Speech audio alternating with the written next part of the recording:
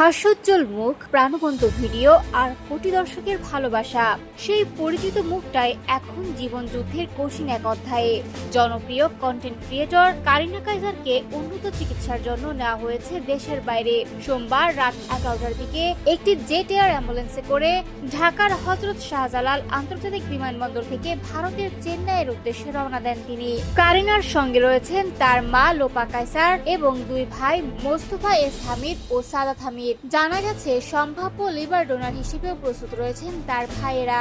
তবে পুরো পরিবারের কঠিন সময়ে দেশে থেকে মেয়ের চিকিৎসা ব্যয়ের ব্যবস্থা করার চেষ্টা করছেন জাতীয় ফুটবল দলের সাবেক খেলোয়াড় কাইসার হামিদ। সামাজিক যোগাযোগ মাধ্যমে দেওয়া এক আবেগঘন পোস্টে কাইসার হামিদ সবার কাছে মেয়ের জন্য দোয়া চেয়েছেন। তিনি জানান, গত রাতে জরুরি ভিত্তিতে কারিনাকে বিদেশে নেওয়া হয়েছে উন্নত চিকিৎসার জন্য। এর আগে গত শনিবার কারিনার শারীরিক অবস্থার অবনতির খবর প্রকাশ করেন ডানা ভাই খ্যাত কন্টেন্ট ক্রিয়েটর কামরুন নাহার ডানা। তিনি জানান, চিকিৎসকদের মতে কারিনার শরীরে হেপাটাইটিস এ এবং ই শনাক্ত হয়েছে। সেখান থেকেই মারাত্মকভাবে ক্ষতিগ্রস্ত হয়েছে তার লিভার। এক পর্যায়ে তাকে আইসিইউতে নেওয়া হয় এবং পরে লাইফ সাপোর্টে রাখা হয়। জানা গেছে, গত এক সপ্তাহ ধরে জ্বরে ভুগছিলেন কারিনা। হঠাৎ করেই অচেতন হয়ে পড়লে দ্রুত তাকে রাজধানীর এভার কেয়ার হাসপাতালে ভর্তি করা হয়।